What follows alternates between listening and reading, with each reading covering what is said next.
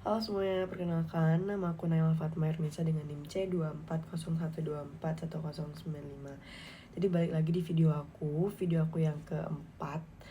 Video aku yang keempat ini udah di minggu kelima praktikum biologi perikanan tahun 2025. Jadi melanjutkan dari materi-materi sebelumnya. Dari minggu pertama itu pertumbuhan, ada reproduksi 1, reproduksi 2, sampai akhirnya materi sekarang yang aku pelajari tadi pagi itu adalah tentang makanan pada ikan. Sebelum aku masuk ke cerita praktikum apa yang aku lakukan hari ini, aku mau menjelaskan sedikit tentang makanan. Jadi makanan itu kan sebenarnya nggak cuma di ikan doang, tapi makanan itu juga penting buat semua makhluk hidup yang ada di muka bumi ini untuk bertumbuh, untuk bisa bertumbuh dan berkembang biak gitu kan.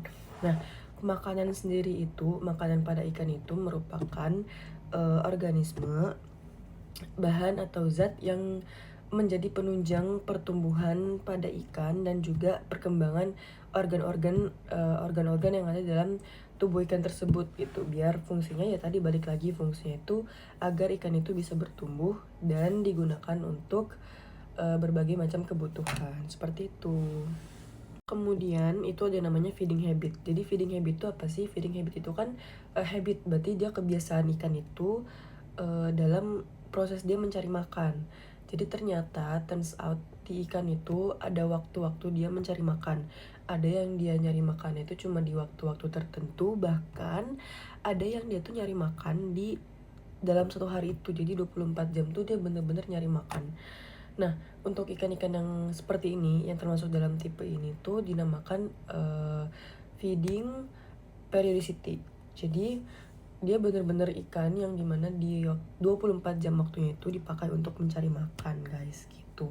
Nah, terus faktor-faktor apa aja sih yang bisa mempengaruhi ikan tuh makan suatu organisme gitu? Kan gak mungkin kali cuma sembarang makan, dia ketemu suatu organisme lalu dia makan. Pasti ada faktor-faktor penentu apakah makanan ini tuh layak dia makan atau tidak gitu kan. Nah, jadi untuk faktor-faktornya sendiri tuh adalah yang pertama si ukuran makanannya gitu. Jadi apakah ukuran makanannya dia besar ataukah kecil dan akankah cocok dengan ukuran ikan tersebut gitu. Kemudian juga ada warna makanannya, kemudian juga ada ketersediaan makanan ini menurut aku tuh penting. Kenapa? Karena ketersediaan pangan ini tuh menurut aku bisa menjadi sebuah kompetisi gitu. Jadi kalau misalnya makanan tidak tersedia banyak, tapi hewan-hewan yang memakan organisme itu tuh banyak, ya bisa jadi ada persaingan, dan mungkin persaingan itu sangat bisa menjadi pengaruh untuk keberlangsungan makanan pada biota-biota tersebut gitu. Kemudian yang terakhir itu faktornya adalah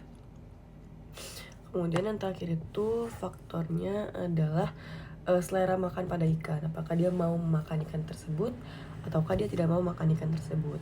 Itu adalah faktor-faktor penunjang kenapa suatu ikan itu memakan organisme yang dia pilih gitu. Kemudian untuk analisis datanya sendiri itu ada beberapa metode yang digunakan dalam proses analisis data praktikum makanan ikan pada kali ini. Di antaranya adalah metode jumlah, kemudian yang kedua ada metode perkiraan tumpukan dengan persen, kemudian ada metode grafik, dan yang terakhir adalah metode volumetrik itu. Ya, sekarang masuk ke apa sih yang aku lakuin di praktikum pada tanggal 20 September 2025 di pagi hari tadi.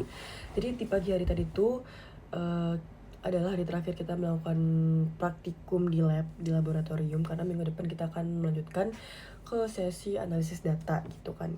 Mungkin memakai rumus-rumus yang udah kita pelajari di bab selanjutnya gitu.